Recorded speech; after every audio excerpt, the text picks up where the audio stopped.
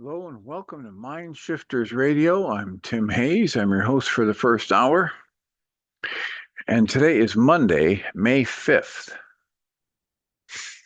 2025.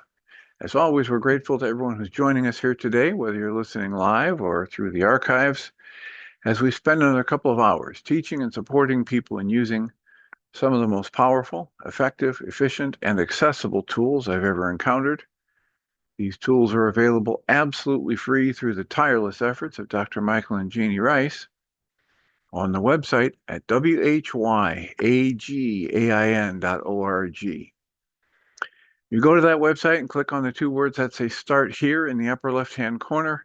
It will take you to a page where you can download and read Chapter 24 of Dr. Michael Ryce's book. His book is titled, Why Is This Happening to Me Again?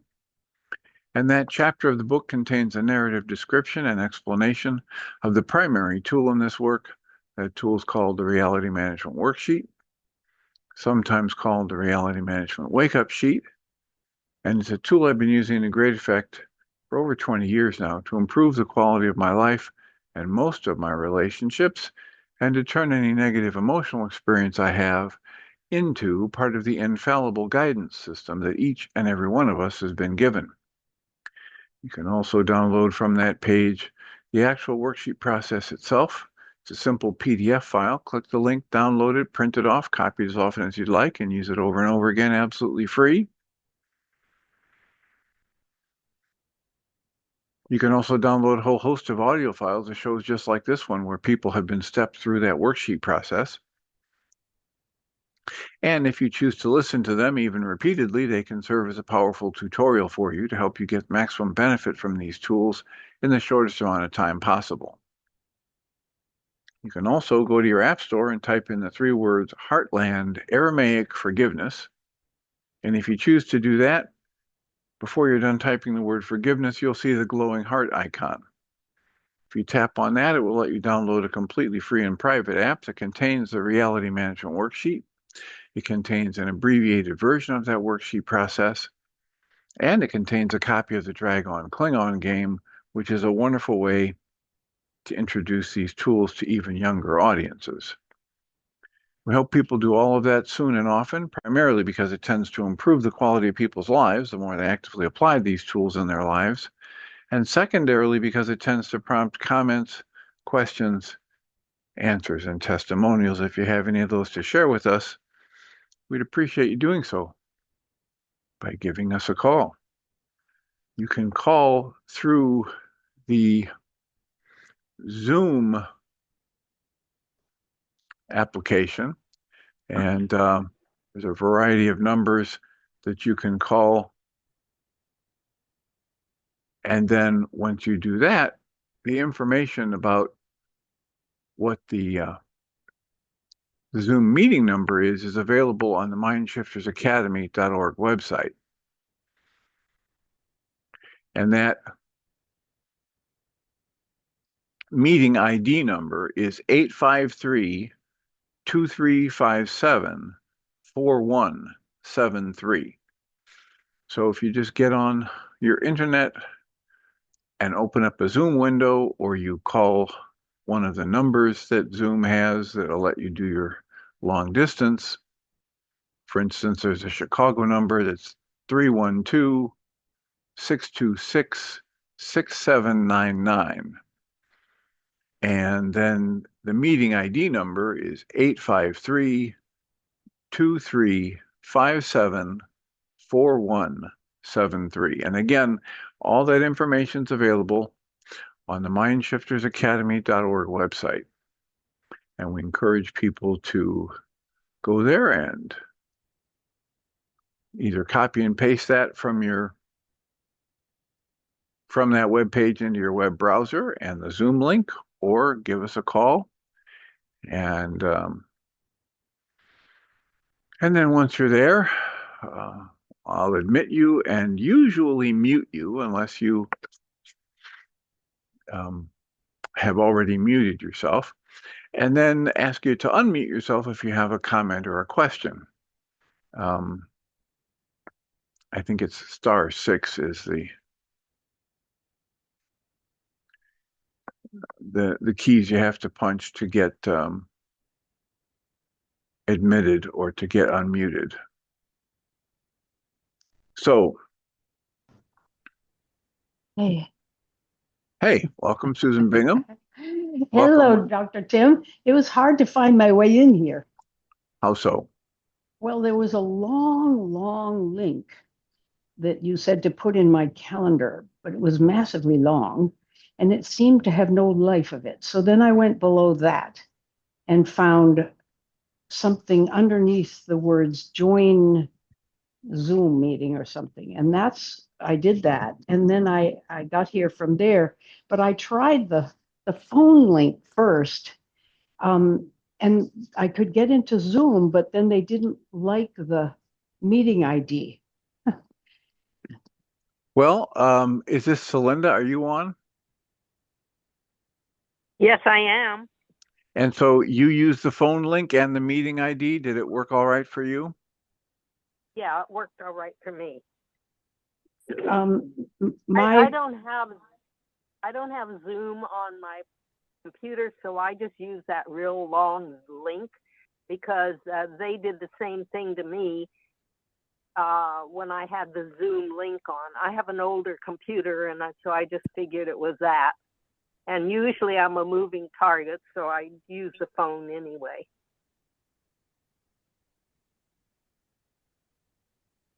All right. Welcome, Don.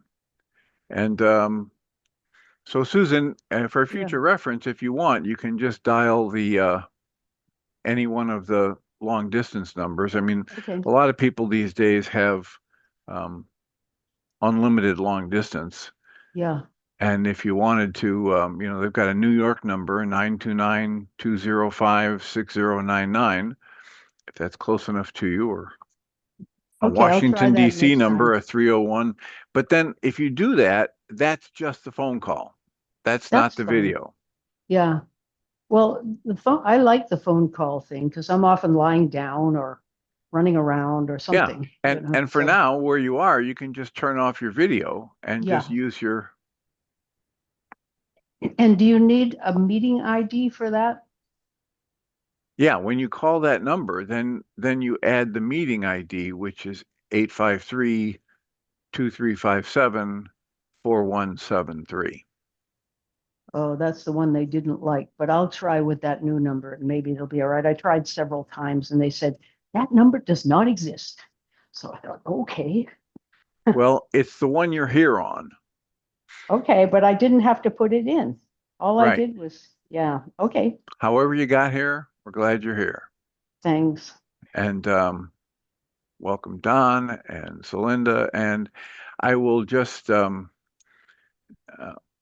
if you're calling and you're on the computer and you want to speak up, just go right ahead. If you're on your phone, I believe the mute and unmute is *6. Yes, it Oh, is. that's good. So, Any idea how to get this to play through my Bluetooth speaker, either my earbuds or my one that I have at home that I usually listen through? well, are you on a I'm on computer? I'm on my phone, which is how I always did it, and it went right through my Bluetooth speaker or my earbuds. But now, well, I didn't try the earbuds, but I can't seem to get it to go through the Bluetooth speaker. Yeah, I don't think there's anything about Zoom on a phone that would prevent that. So it's just a matter of Yeah, hitting the I right think buttons. I think I've been on other Zoom meetings where I went through the speaker. I just don't know. It's connected. It's showing connected, but and it was connected before I called in, but I can't seem to get it to go through. So I don't know. I might have to play around with it a little. Yeah, or use the earbuds. Yeah, well, yeah, those are Bluetooth too. I'll have to see Right. if they connect. So okay, thanks. All right. Glad you're here. Thanks for being here. And if we don't have questions or comments from anyone, we'll return to the reading we were doing from A Walk in the Physical by Christian Sundberg. And I'm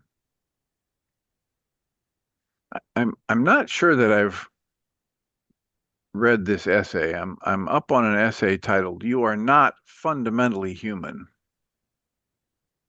and I'm pretty sure that this comes up under your true identity. So um, the essay is titled "You Are Not Fundamentally Human," and it's the second one after "Remember, Always Remember Your Light."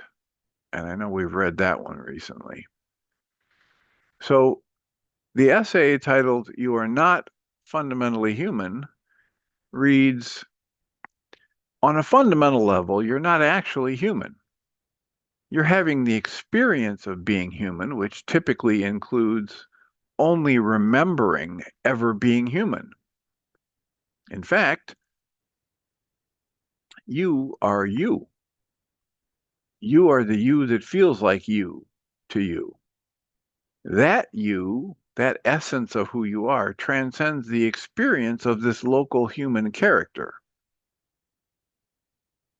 You also transcend the local human character's identity. You are not your job. You are not your responsibilities. You are not your nationality. You're not even your name. What you really are is so amazing that it is completely beyond description. Yet we might simply say you are the immortal consciousness engaged in a well-defined and highly specialized reality experience, which is an important part of which includes forgetting all the rest of what you really are. You're participating in a very meaningful journey, a kind of a rubber meets the road attempt to actualize and expand your true loving nature within a rigorous context. Again, why are we doing a rigorous context? So we can get stronger. We're meeting the resistance of life with greater and greater focus on our loving intention, and that is strengthening our capacity to be loving in more and more challenging circumstances. He writes, while you may not have conscious recollection of your greatest self, of your greater self, it is always there within you. If you wish to take a step back toward it, let go of all the thoughts of your mind and listen deeply with your intuition. Listen with your being. The very life within you itself has more to tell you about what you really are than all of your intellectual human mind activities and its collection of local facts. Your true nature absolutely transcends any of your thoughts about you.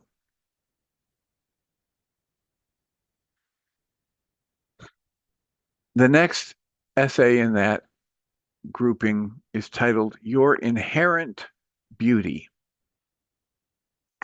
And he writes, the flower does not try to be beautiful. You do not have to either. The sunset does not strive to be red. Neither do you have to strive to shine with your own light.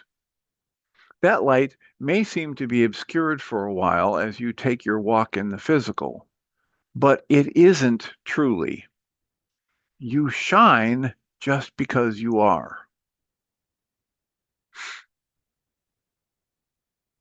You shine just because you are.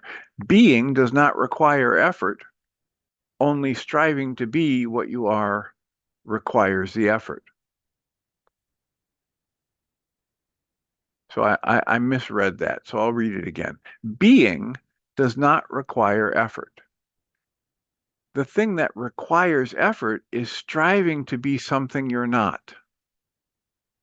You do not have to squeeze yourself to produce love. It is what you are. And it flows from you as you just be your true self. You, at your essence, are ravishingly beautiful. You are an awe-inspiring expression of the divine fire that gives rise to all things. The wondrousness of your being cannot be lost. The diamond can be no less precious if it is covered in mud. Know this, let go of all that you are not, and just shine. That almost everything about that last essay goes 180 degrees away from what most of our culture teaches us. So thanks for being willing to at least play with these ideas, at least invite some insight, new insight for yourself, new appreciation for your true being, new understanding that you just being you is plenty. I think it was Dr. Seuss who said, be you, just be you. Everyone else is already taken. Don't try to be like anybody else.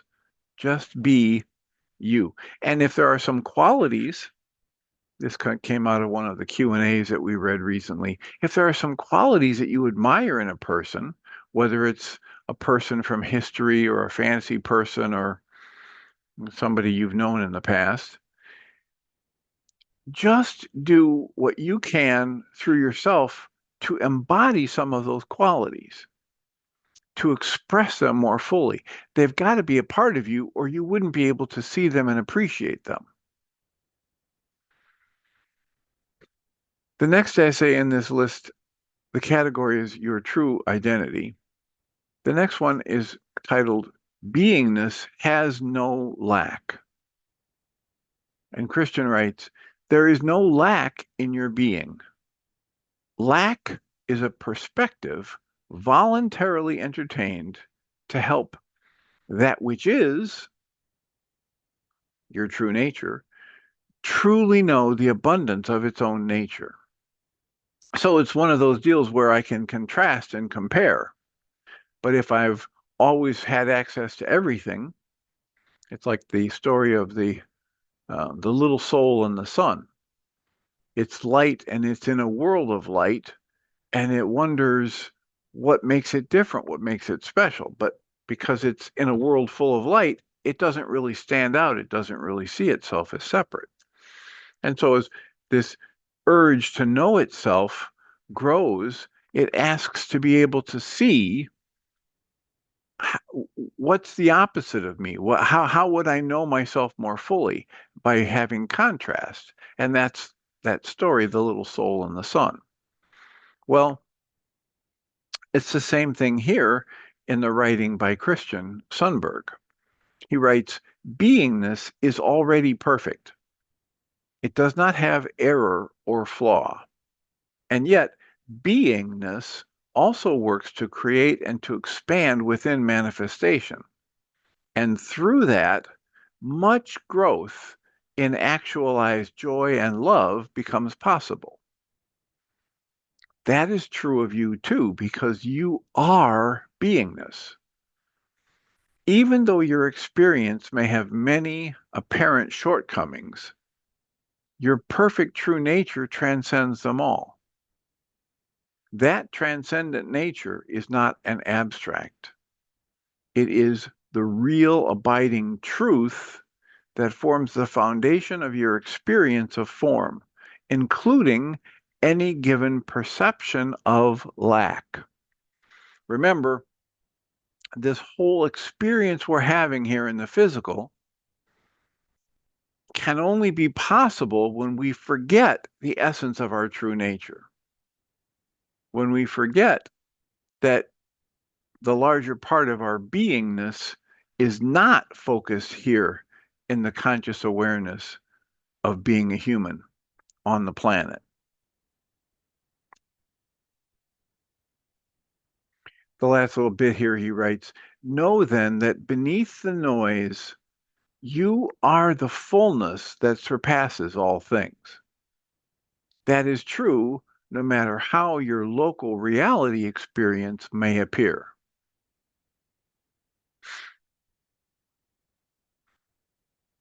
So there's so many things in here. One of them is, it comes to me to say what Guy Finley says, the vast majority of your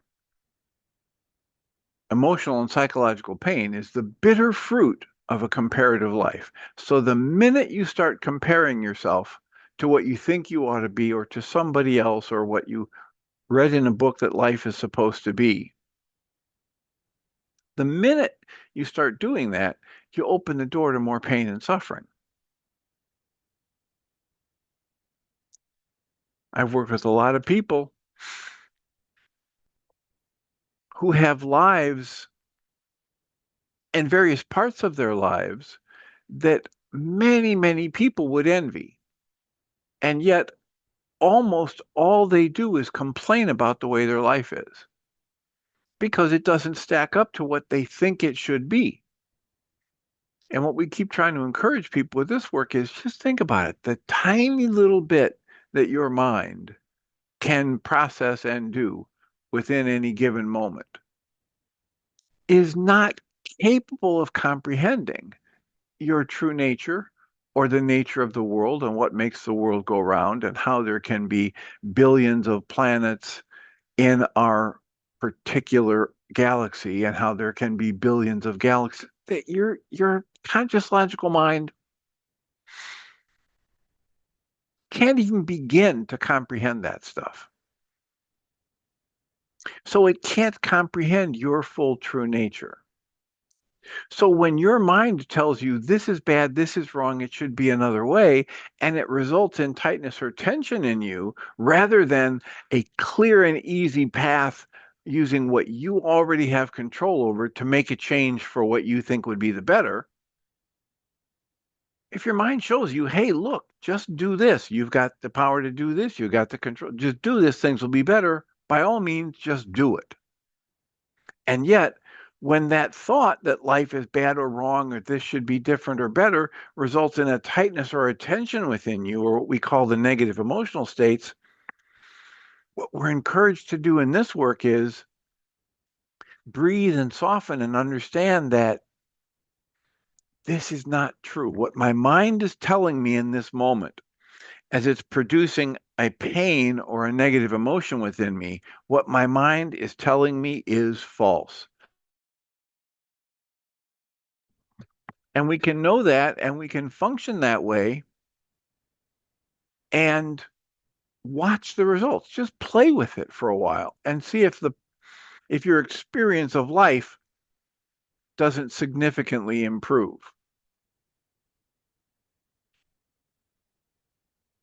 So that essay was titled Beingness Has No Lack. The next essay in this grouping is titled The One and the Many. He writes, we are one, capital O-N-E, and yet we are, capital I, individual. Well, this is another thing that your conscious logical mind can't really wrap itself around. There have been stories, there have been little parables, there have been little images that people use.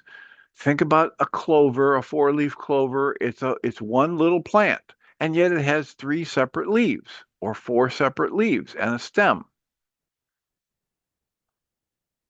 How can we be both one part of the one mind, with no division and no separation and no dualistic nature, and at the same time experience ourselves as individual? Well, this is the great truth, he writes, and from our local perspective, those two statements may seem like a paradox or opposites or impossible or mutually exclusive, and yet they are not. In other systems, you are aware of your oneness with all, and yet also your individuality, which is always precious and preserved. He writes, you've likely forgotten that you are connected to everything else because you agreed to adopt this restriction. in appearance only, this belief, this dream of separation, this hallucination, this illusion, we agreed to adopt it in order to have the human experience. Even though that's not true, you're still what you are. You cannot ever be separate from all that is. You can only agree to have an apparent experience of separation so that you can participate in this experiential expansion. Experience expanding, creation expanding, life expanding, always, always moving, always changing, always expanding. And we participate in that by creating the dream of separation and then generating these individual experiences, which are then a creative process all by themselves. He writes, when physical life ends, you become aware of all the ways you affected everyone else in your entire life. Near-death experiencers often describe this as a life preview or life review. This process, they describe it as being firsthand. In other words, you experience exactly what you caused others to experience. You know because what you have done to another, you have done to yourself, for they are the other part of you. The other is a part of you, you're a part of the other, we're all connected. And this is why love, as a capital L love, is such an important theme. Capital L love is reflective of the unity that is the core nature of our being. Love is reflective of what we really are. Love is the body of the one being working in concert. Treat the other as yourself, for the other is yourself. And there are Eastern teachings that have had this truth in it for years. I remember somewhere just out of college, I read a book and it talked about this Eastern guru. And one of his students came to him and said, but master, what about all of the anger of pain and suffering of the other? And the master said, there is no other. The one and the many, you are the many, appearing as the one. You are the essence of consciousness, which is connected to all other consciousness and all other beings, experiencing yourself as separate. So the next essay in this grouping is titled, Your Body is an Experience. And Christian writes, your body is an experience, not a fundamentally real object. Your body is a set of constraints that your consciousness is experiencing per a defined physical rule set in this consciousness space. There is not a fundamentally real piece of flesh that you are inhabiting. Rather, your body exists as an experience that is occurring within you, within your consciousness, within your totality of awareness. Well, this is the same kind of message Dr. Michael Ryce has been banging the gong about for decades now. The idea that if you listen to the great scientists, they tell us there is no matter. It's all just energy, energy which has been so lowered in its vibration as to become perceptible to your senses. But everything is just energy.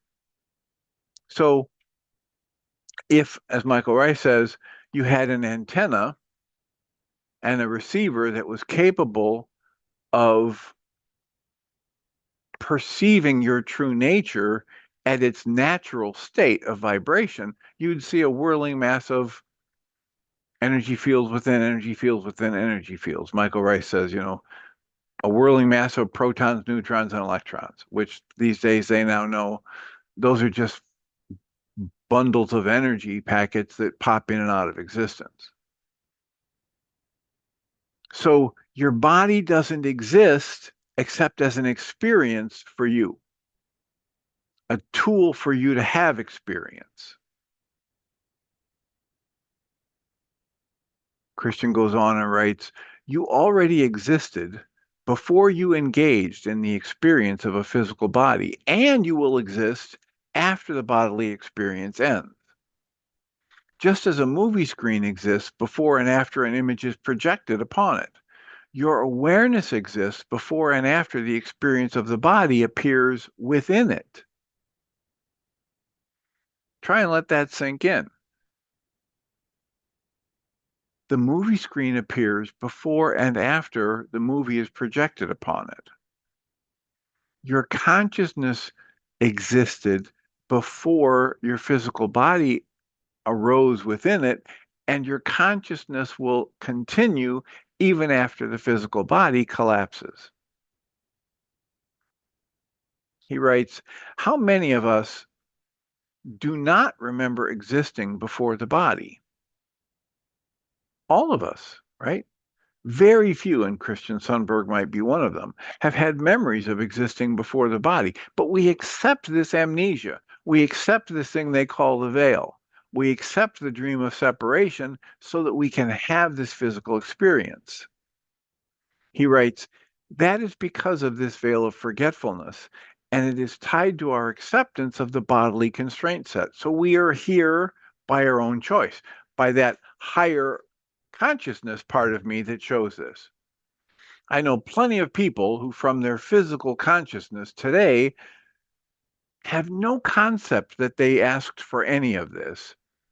And they're using their perception and their belief system to generate anger at God, anger at life, anger at their parents for not being who they wanted them to be.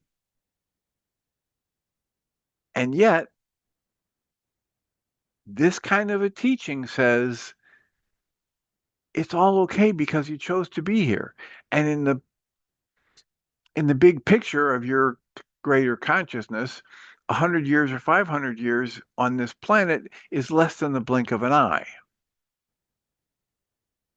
You know, it reminds me of the story from the story of Indra, and I won't tell the whole story, but at one point in the story of Indra, and you can look that up on your YouTube channel, just type in Joseph Campbell Story of Indra, Indra. But at one point in it, he's trying to explain to this king of the gods who thinks he's above everybody else that there have been many other kings of the gods before him. And the way he explains it is that Vishnu sleeps in the cosmic ocean, and then a lotus flower grows from the navel of Vishnu. And as the lotus flower opens and blooms, a Brahmin sits there. And as the Brahmin opened his eyes, a world comes into view, one of these physical worlds that you're a part of now, complete with all the all the characters, including a king of the gods, and Indra, and a monster that needs to be vanquished, and a kingdom that needs to be ruled, etc. And then every time the Brahmin closes its eyes, that world goes out of existence. It opens its eyes, a new world comes into existence. This is what they're trying to convey to us from this. This story is trying to convey to us that our conception of time here in the physical is completely different on many different levels of scale than what it's like in the non-physical. And it says, so every time the Brahman opens up its eyes, a world comes into existence. Every time it closes its eyes, the world goes out of existence. It opens its eyes, another world comes into existence, and it's ruled by this king of the gods, and it has human beings that run through their life cycle for many, many, many, many generations, etc. And then the life of the Brahmin is 10,000 years. And then the Brahmin dies, the lotus retracts, and then another lotus grows. It's an endless cycle. And the time that we experience as being so long and so burdensome and so painful is less than the blink of an eye to our higher self. So he writes, regardless of the veiling that occurred so that you could have the focused human experience and so that you could remember nothing beyond it, regardless of all that, your true nature still stands firm. Your true loving nature does not give way. Its existence is sure and ever present. It is only within that sure and ever present true nature that the experience of the body, with its limited perceptions and its recollections, exists. Your experience of the world isn't happening anywhere except inside your own mind. This is why we can have such tremendous benefits for people in the trauma work when we can get them to understand that as they keep replaying their trauma, it's not happening anywhere in the world except in their own mind. And if we can help people begin to understand that and create a different relationship with that thought pattern and those beliefs, it is life-changing. Absolutely life-changing.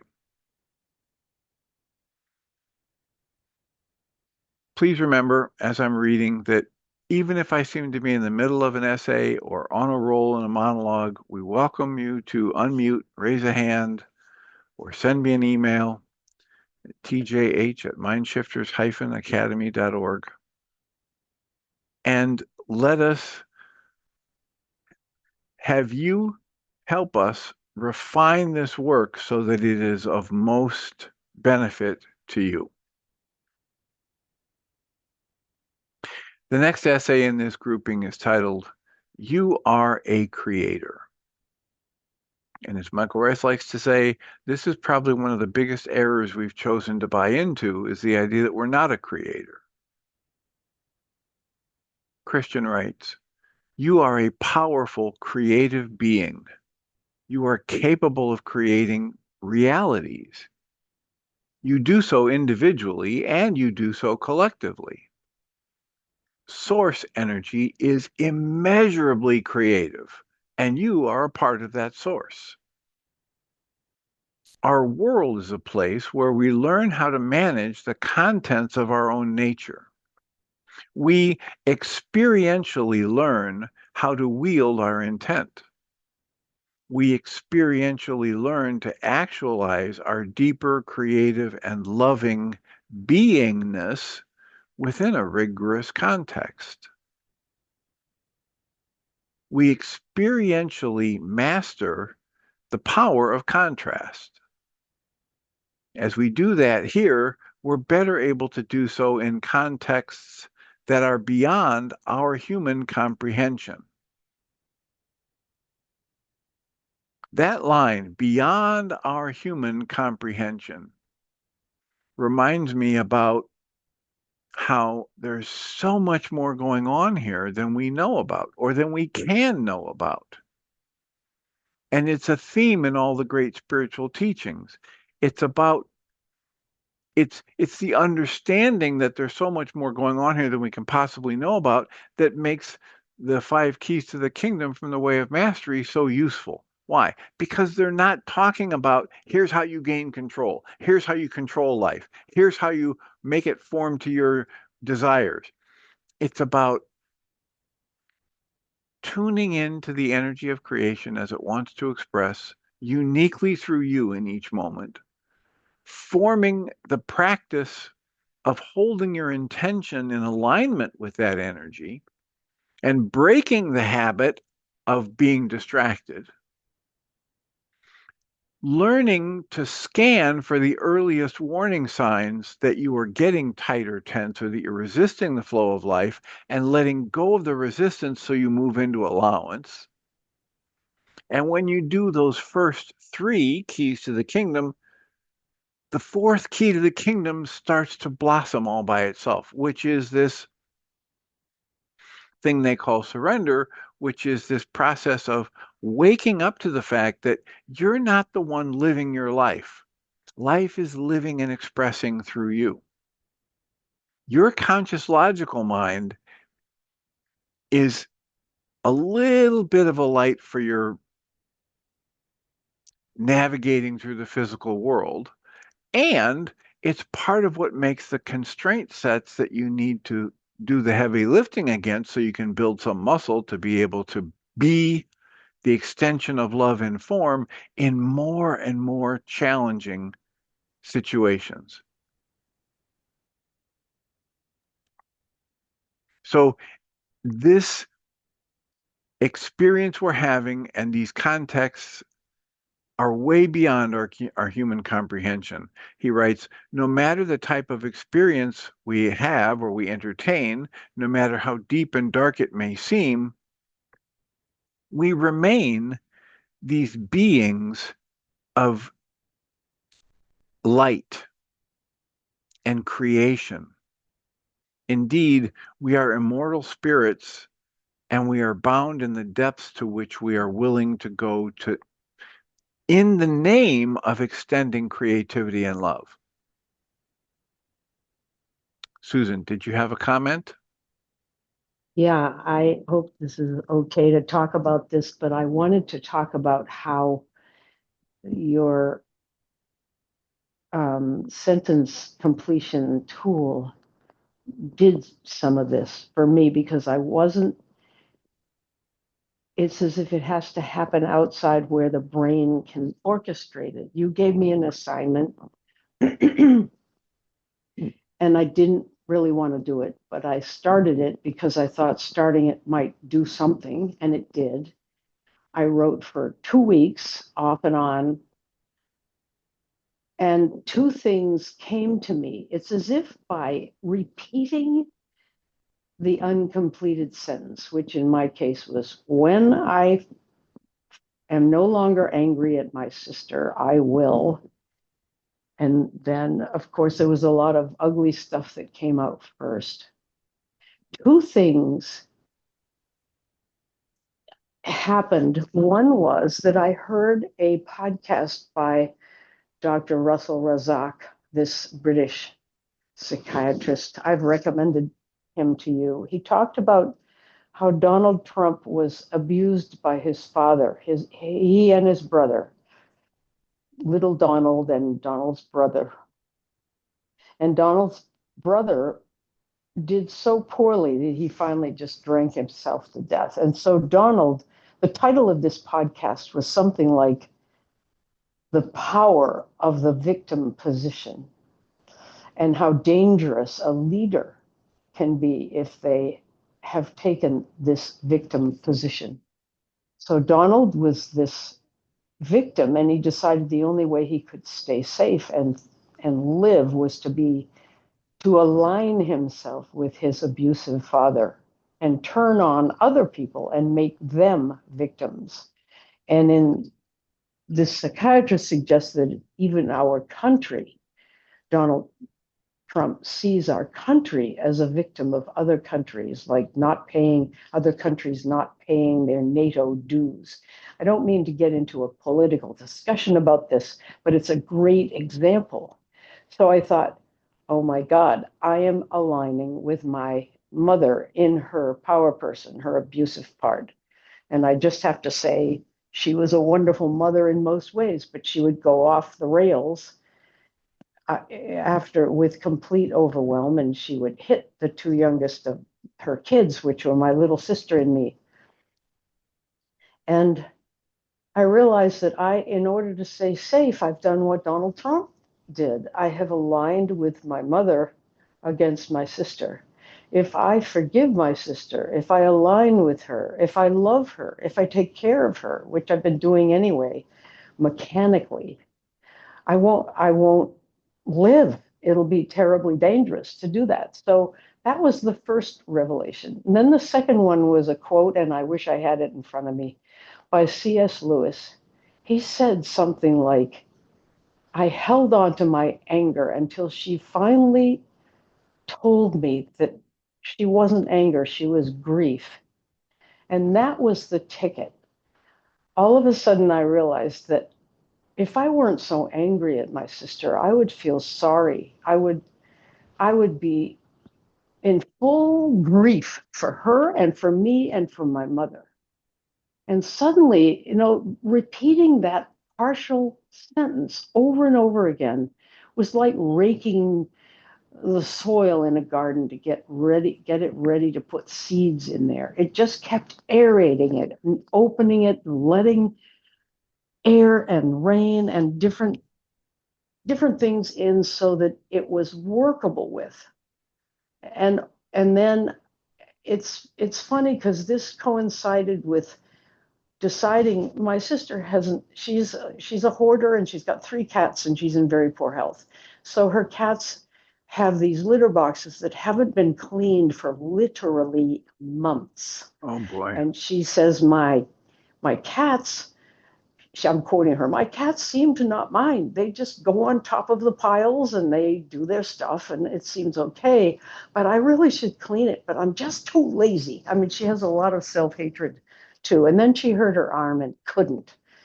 And I thought, okay, I've got to go over there. And I've done this periodically for years, cleaned a whole basement that was a huge litter box years ago when my sister had to move. I took a shovel and buckets and shoveled out her basement. And I thought, here we go again.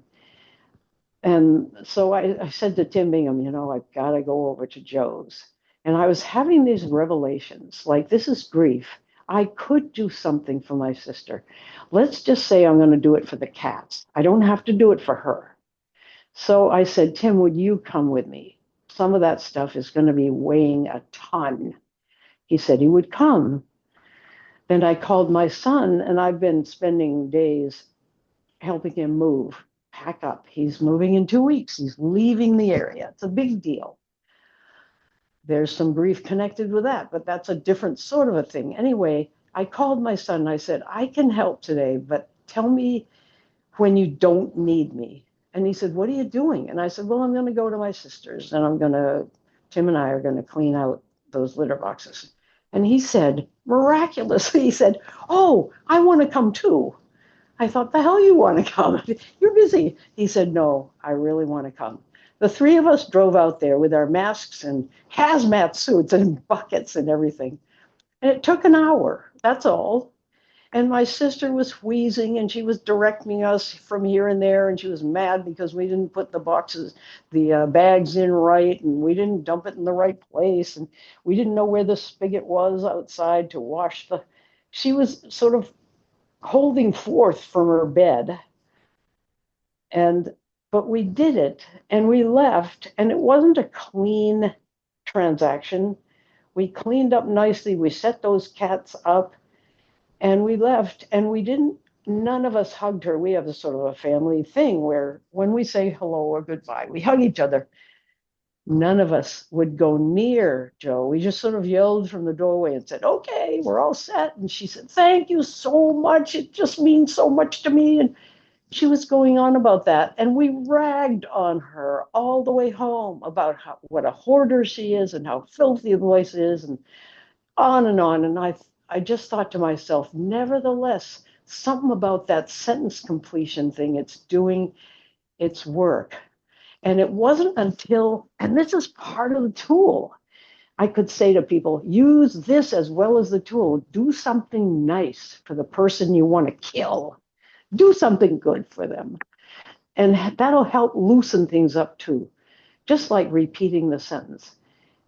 Well, then all of a sudden, these little revelations, the thing about Donald Trump being a victim and turning on everyone, not trusting anyone, and then this thing that C.S. Lewis said, suddenly I just thought I was free again, and I was free to forgive is not the right word. It's just to allow my sister fully into my life, I guess, to be able to breathe with her and not just blow on her. Anyway, I wanted to add that in because in a way, that practical thing that happened thanks to that sentence completion thing is like what you're talking about. Exactly.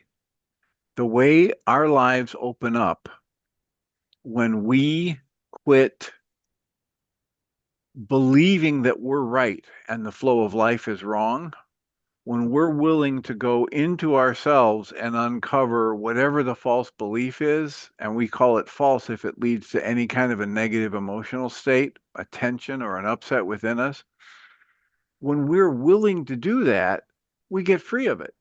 The only reason we feel imprisoned by it is because we believe it to be true. We believe it's holding a truth that we have to live by.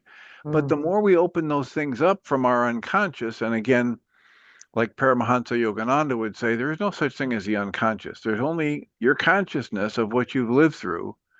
And parts of that you're willing to look at, and parts of that you hide from yourself. The more we look at what we've been hiding from ourselves, the more we are willing to look at how we're the ones generating our suffering by believing things should be different than they are, and then fighting against the flow of life itself, the more our lives open up and the more we start to have this direct experience of ourselves as love, as bliss states, as joyful, etc. Right. And you're saying you stumbled into that because for 2 weeks you kept writing to that sentence completion, and eventually you realized, oh my gosh, here's this thing from C.S. Lewis that really applies in my life. Yeah. What's underneath this is really grief. Mm. Yeah. Mm. And when you open yourself up to feeling that grief and breathing and keeping your breath moving, it passes. And or it offers up all kinds of useful revelations, Mm. realizations about yourself and your true nature and your dynamics or the dynamics with the people around you.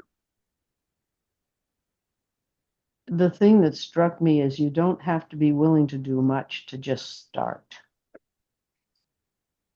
You just start and you keep starting and starting and starting, and you don't know anything about anything. I thought, this assignment's too hard. I can't do it. I won't do it. I don't want to do it. Even then, stuff got through the cracks. So it's just a great tool. It's such a simple tool. Yep. Yeah. But anything that will help us get access to what we have hidden from ourselves is of great value, right? Because the only thing that blocks us from being more of what we can truly be and expressing our true nature is that which we are not willing to look at. Otherwise, it's all there. We're all there. And so many people talk about not having love in their life, and the silliness of that when you recognize that the way to experience more love in your life is to give away the love that you are.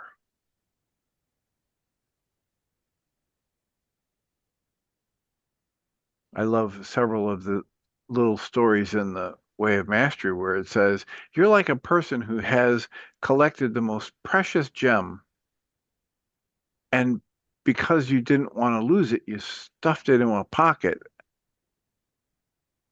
And then you forgot that you had it and put it in a pocket, and you reached in a pocket and it wasn't there.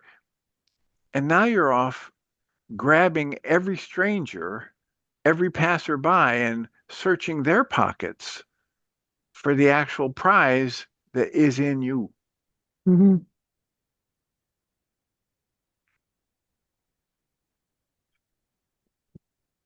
Boy, that would be a very fine one to really, really, really let sink in.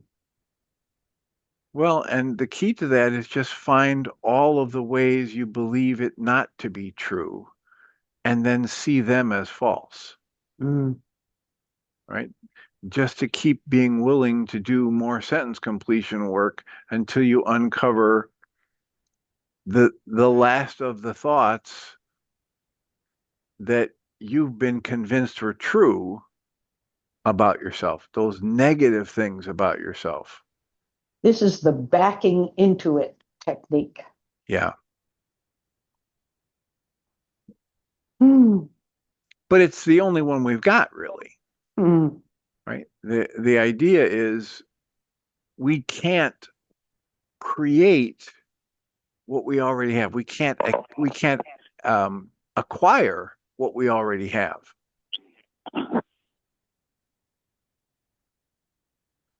And your true nature is already solid within you. It's not going anywhere. It is that loving energy that you are oftentimes so deeply craving, but it exists inside of you already. You know, when Michael's wake up sheet, it starts out, I, Susan, who am love. And I hate saying it. I have hated saying that because I think that's bullshit. I'm not, you know. To put it mildly. Yeah, right. So, but the sentence completion doesn't require any proclamation like that. It it doesn't ask anything of us except to put a few words on a piece of paper. Yeah, just to open up and let stuff flow out. Yeah. And it's the dynamic that happens there is the same dynamic that happens in the mind shifter. It's the same dynamic that happens when we cancel our need to be right and ask to be shown something else in the reality management worksheet. And it's available to us constantly if we're willing to use it, if we're willing to ask to be shown what it is that quite literally we are hiding from ourselves. Because at some point in time, when we were younger and had less resources, we made the determination that something we had thought, something we had lived through, something that we came to believe was too much for us to deal with. So we're using our own mind energy to hide it away from ourselves. Mm-hmm.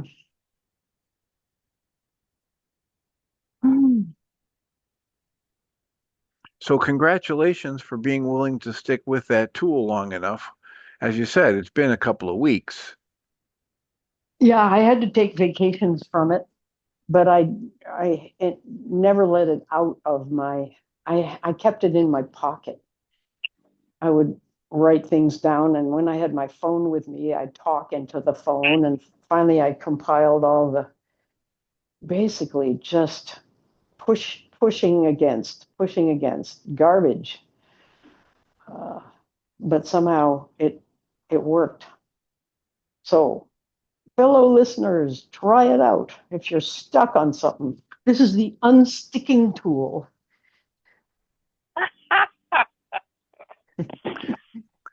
There's Celinda. Oh, I love it. Do it. And I have a whole bunch of things to say, but it looks like we're out of time. Oh, So I'll try to write them down and remember. Can we continue? I don't know how it works. All right. Well, I appreciate that. Write those things down. We'd be happy to hear them tomorrow. We'll be back tomorrow in the same location, unless something, as my grandmother would say, God willing, and the creek don't rise. So thank you all for being here. I will remind us all that we come from love. We're made of the stuff that we call love. We actually are love, and everything else is false. Please hold Michael and Jeannie in your thoughts as she's recovering she's from her doing surgery. well. I got a report. She's Yeah. doing well. She's out of it. They think they caught everything they needed to catch, and it was successful as far as I can tell. Yep, absolutely. So, and we'll look forward to, they'll have a couple shows today and tomorrow at least on Podbean if you want to check out their replays. And in the meantime, come on back tomorrow at 11 a.m. Central and we'll do this again. Blessings.